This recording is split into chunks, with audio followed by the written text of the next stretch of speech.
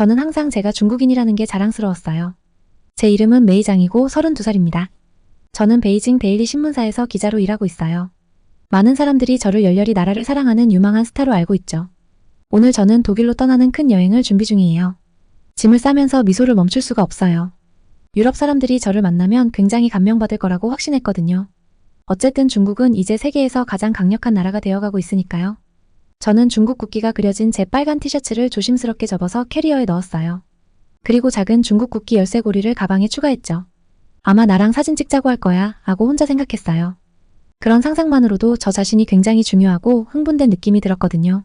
중국에서 자라면서 저는 우리나라가 얼마나 위대한지에 대해 많이 배웠어요. 뉴스에서는 항상 우리 경제가 얼마나 빠르게 성장하고 있는지, 기술이 얼마나 발전하고 있는지, 그리고 중국이 세계에서 점점 더 강력해지고 있다고 말했어요. 저는 전 세계가 중국을 우러러보고 우리처럼 되고 싶어 한다고 진심으로 믿었죠. 짐을 다 싸고 나서 휴대폰이 울렸어요. 보스인 리 웨이에게서 메시지가 온 거였어요. 잊지 말아요, 메이. 이건 그냥 즐기는 여행이 아니에요. 당신은 여행할 때 중국 국민들이 얼마나 존중받는지를 세상에 보여줘야 해요. 우리를 자랑스럽게 만들어주세요.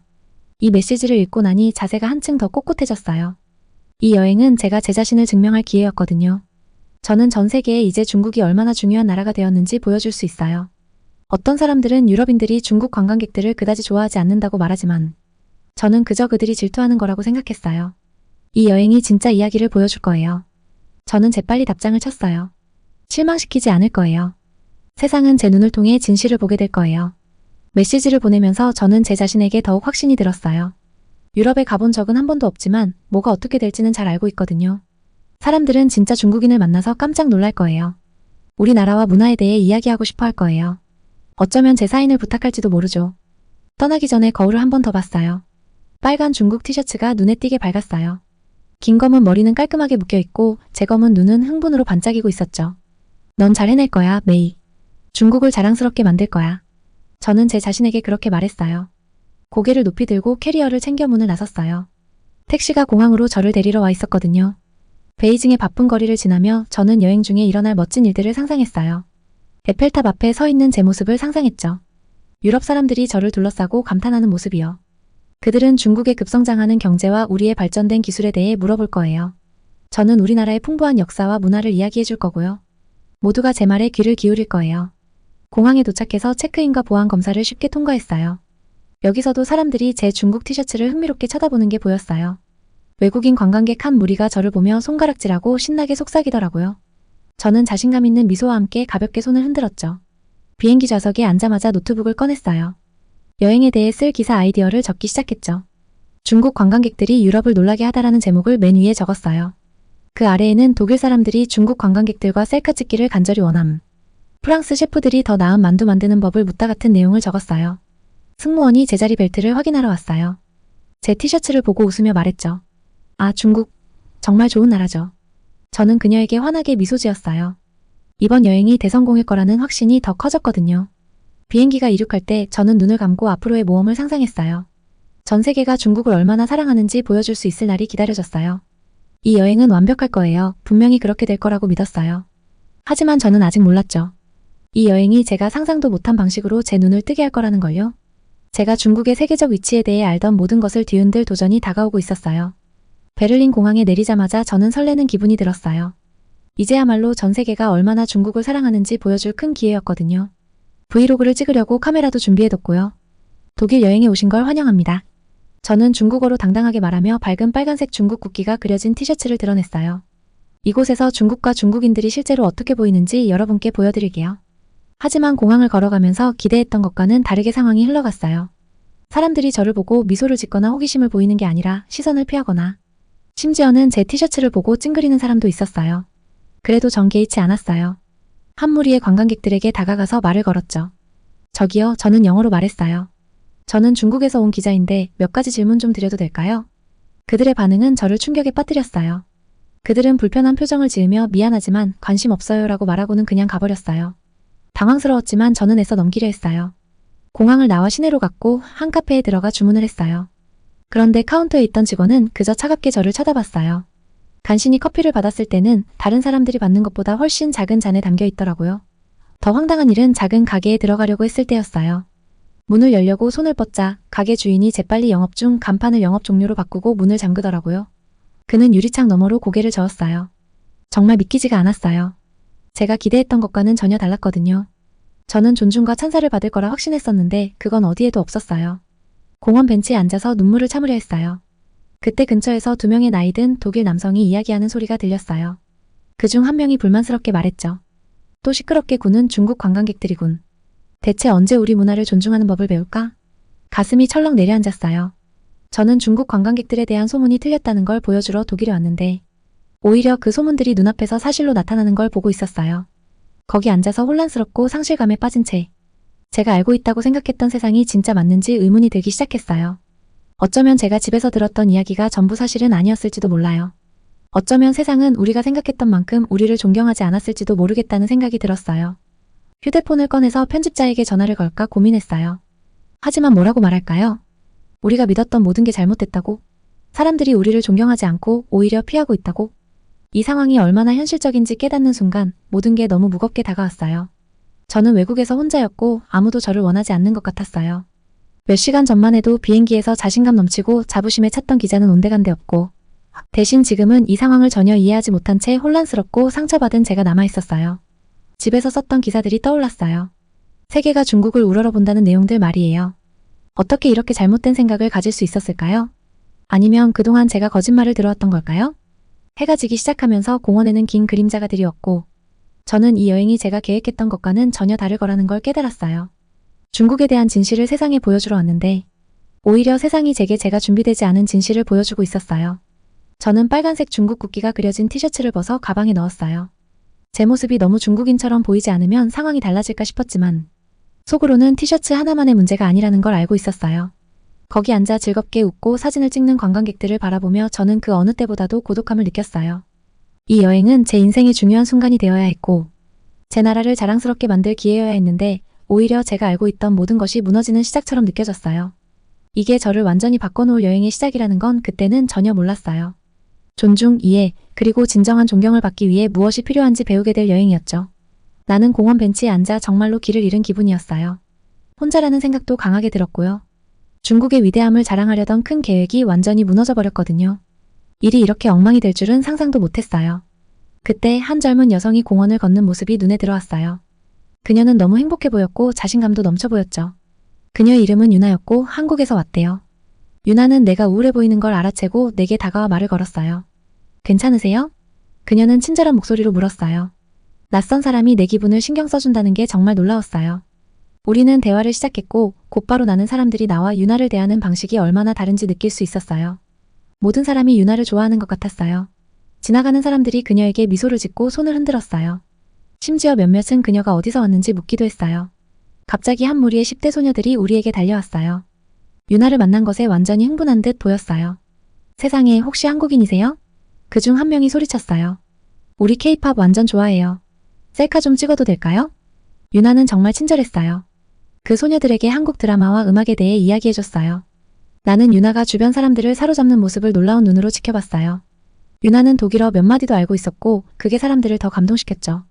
그날 하루 유나와 함께 다니기로 결심했어요. 사람들이 왜 그녀를 그렇게 좋아하는지 알고 싶었거든요. 우리는 점심을 먹으러 식당에 갔는데 웨이터는 유나에게 너무 친절했어요. 그는 한국 음식에 대해 물어보기도 하고 김치와 잘 어울리는 독일 맥주를 추천해줬어요. 반면에 나한테는 거의 관심을 주지 않았어요. 나중에 우리는 다양한 문화를 기념하는 거리 축제를 발견했어요. 한국 부스 주변에는 엄청난 인파가 모여 있었어요. 사람들은 전통 한국 의상을 입어보고 한국 음식을 먹고 한국어로 안녕하세요 라고 배우고 있었어요. 나는 희망을 품고 중국 부스로 걸어갔어요.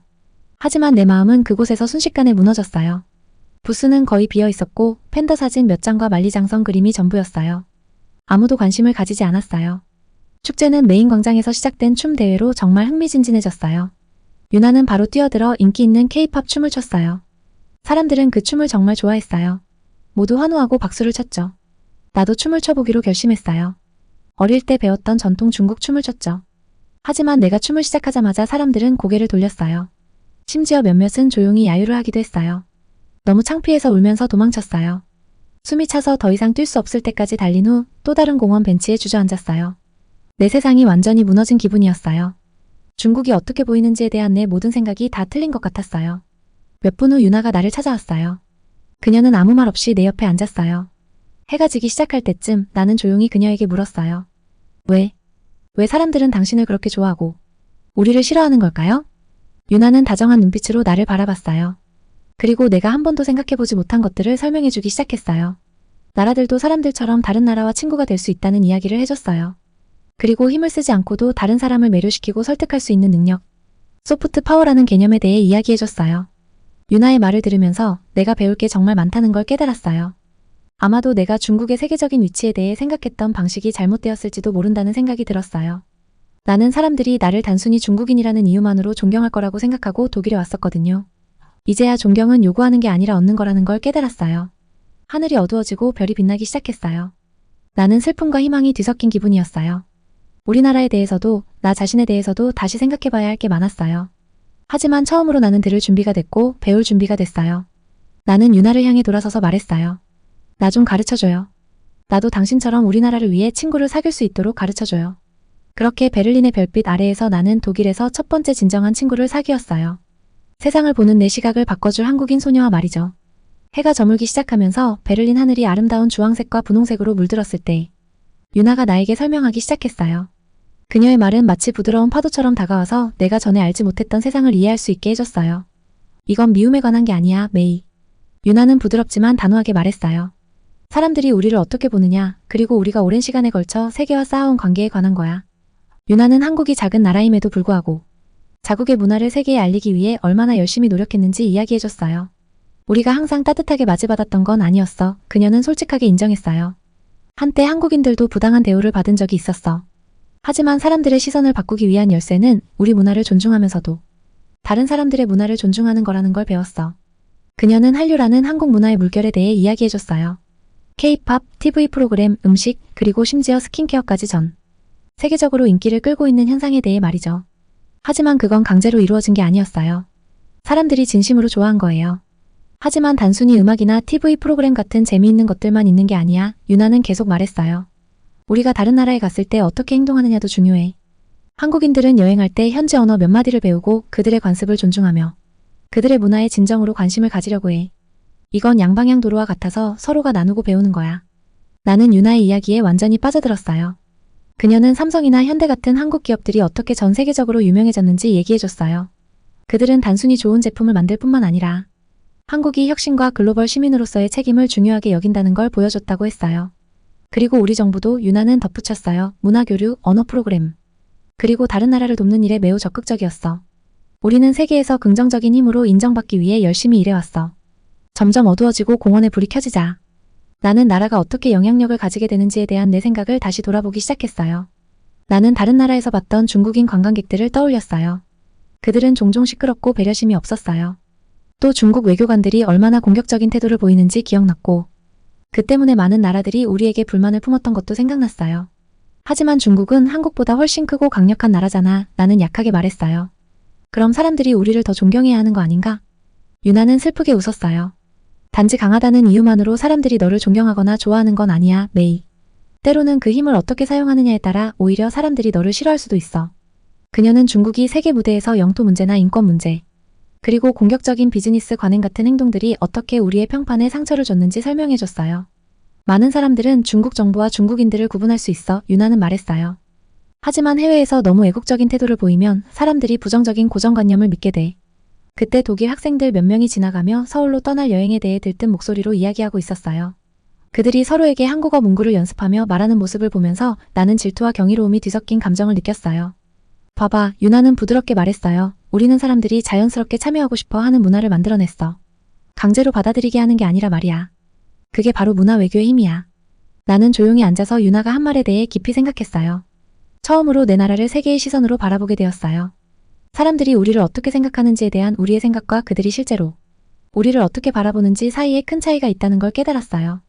밤이 더 깊어질수록 내 안에서 결심의 불꽃이 피어오르는 걸 느꼈어요. 나는 유나를 바라보며 새로운 목적의식으로 반짝이는 눈으로 말했어요.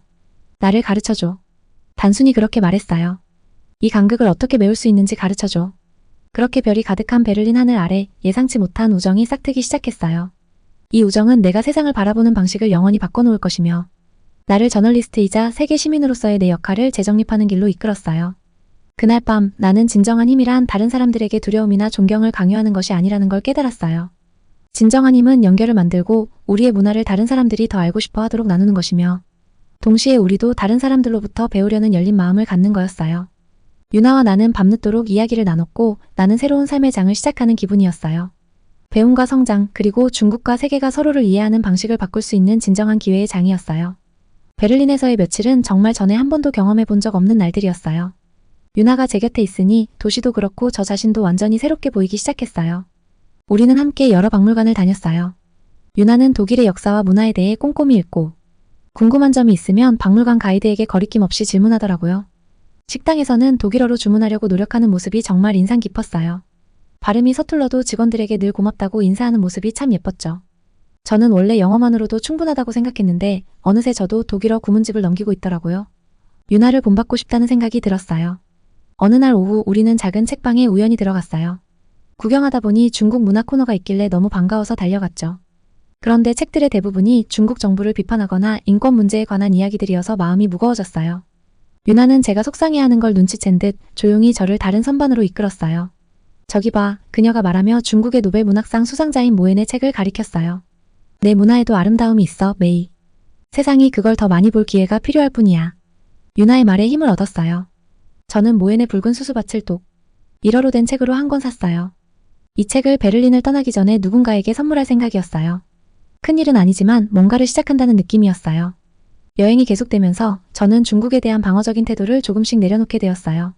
중국 국기가 그려진 티셔츠 대신 좀 더 중립적인 옷을 입기 시작했어요.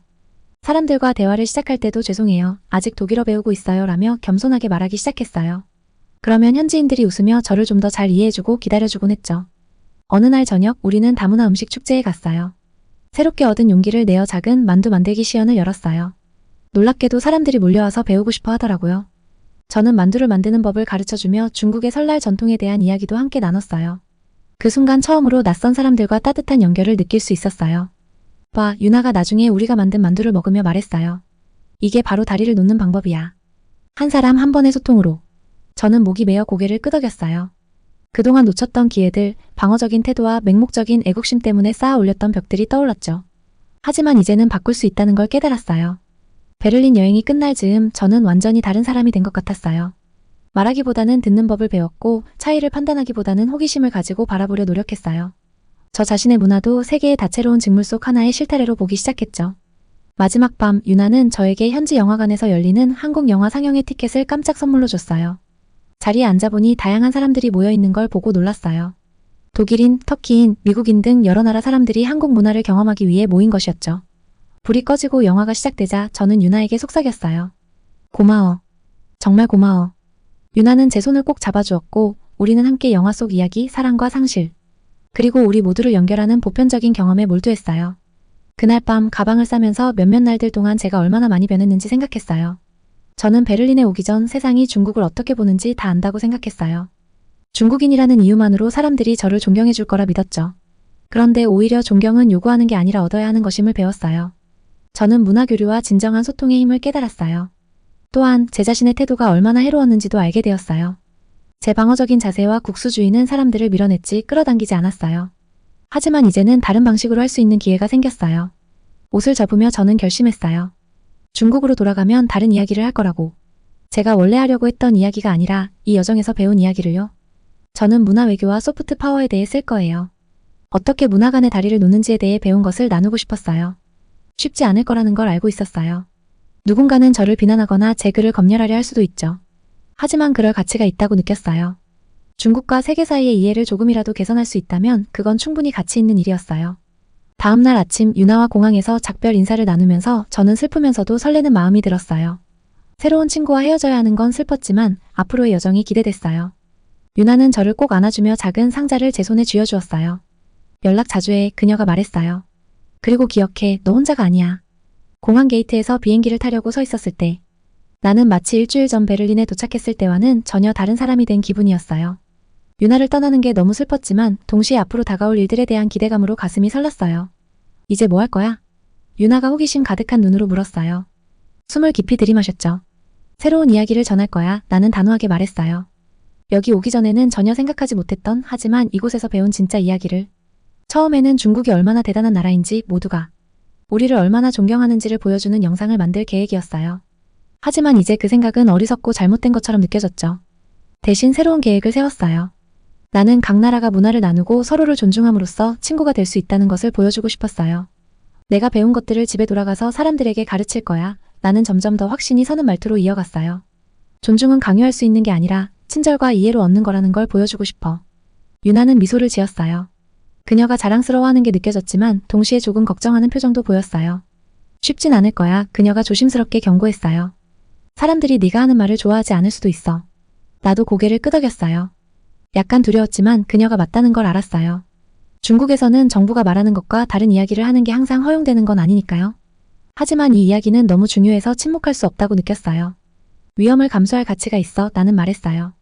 중국과 다른 나라들이 서로 더 잘 이해할 수 있도록 내가 조금이라도 도움이 될 수 있다면 그럴 만한 가치가 있지. 그때 비행기의 마지막 탑승 안내 방송이 들렸어요. 유나와 나는 포옹하며 작별 인사를 나눴어요. 연락 자주 해. 그녀가 작은 선물을 주며 말했어요. 그리고 기억해. 너 혼자가 아니야. 비행기 안에서 유나의 선물을 열어봤어요. 세상에 원하는 다리가 되어라라는 문구가 적힌 아름다운 노트였어요. 비행기가 이륙할 때 저는 그 노트를 열어 글을 쓰기 시작했어요. 마음은 미래에 대한 희망으로 가득 차 있었어요. 베이징으로 돌아와서 나는 새로운 열정으로 일에 몰두했어요. 처음에는 신문사 상사들이 내 새로운 아이디어에 확신이 없었어요. 그들은 항상 중국이 모든 면에서 최고라는 이야기에 익숙했죠.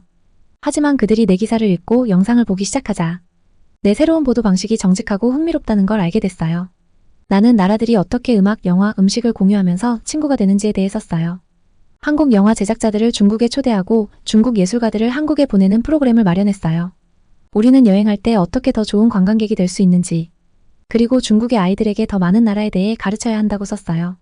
항상 쉬운 일만은 아니었어요. 어떤 사람들은 내가 중국이 완벽하지 않다고 말한 것 때문에 나라를 배신했다고 말하기도 했어요. 가끔은 상사들이 내가 쓴 기사를 모두 게재해주지 않기도 했고요. 하지만 그런 문제들이 있을 때마다 좋은 일들도 있었어요. 어떤 젊은이는 내 이야기를 보고 새로운 언어를 배우고 싶다고 말했고, 어떤 도시는 관광객들을 더 환영하는 규칙으로 바꾸기도 했어요. 또 어떤 학생은 다른 나라에서 공부하며 다른 생활 방식을 배우기로 결심했어요. 베를린을 방문한 지 5년 후 나는 다시 독일에 있었어요. 이번에는 혼란스러운 관광객이 아니었어요. 전 세계 기자들이 모인 큰 회의의 연설자로 초대되었죠. 연단에 올라 연설을 시작하려는데 관중 속에서 익숙한 얼굴을 봤어요. 유나가 자랑스럽게 미소 짓고 있었어요. 나는 숨을 깊이 들이마시고 말문을 열었어요. 5년 전 나는 이 나라에 와서 중국이 세상에서 어떻게 보이는지 다 안다고 생각했어요. 하지만 그건 틀린 생각이었어요. 제 여정은 진정한 힘이란 가장 강하거나 부유한 것이 아니라 서로 다른 사람들과 문화 사이에서 우정을 쌓고 이해를 키우는 것임을 가르쳐줬어요. 연설을 이어가며 가슴속에서 따뜻한 감정이 피어오르는 걸 느꼈어요. 내가 하고 있는 일이 중요하다는 걸 알았죠. 내가 세상을 완전히 바꿀 수는 없을지 몰라도 한 이야기씩 작은 이해의 다리를 만들어갈 수 있다는 확신이 들었어요. 연설이 끝난 후 유나와 나는 커피를 마시며 만났어요. 우리가 처음 만났을 때와 얼마나 많은 것들이 변했는지 웃으며 이야기했죠. 정말 많이 성장했구나. 유나가 내 손을 꼭 잡으며 말했어요.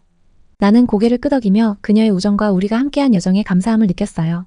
아직 갈 길이 멀어. 내가 말했어요. 하지만 한 걸음 한 걸음이 중요하잖아. 우리는 베를린 거리를 함께 걸었어요. 나는 다음 기사를 읽을 사람들, 다음 영상을 볼 사람들이 떠올랐어요. 그들도 나처럼 세상을 조금 다르게 바라보게 될지 혹시라도 내가 그들에게 도움이 될 수 있기를 바랐어요. 유나가 나에게 해준 것처럼요. 해가 지면서 도시의 하늘은 아름다운 색으로 물들었어요. 나는 앞으로의 일들이 기대되고 설렜어요. 아직 배워야 할 것도 많고 지어야 할 다리도 많았죠. 하지만 나는 준비가 되어 있었어요. 한 이야기씩 천천히 도전할 준비가요.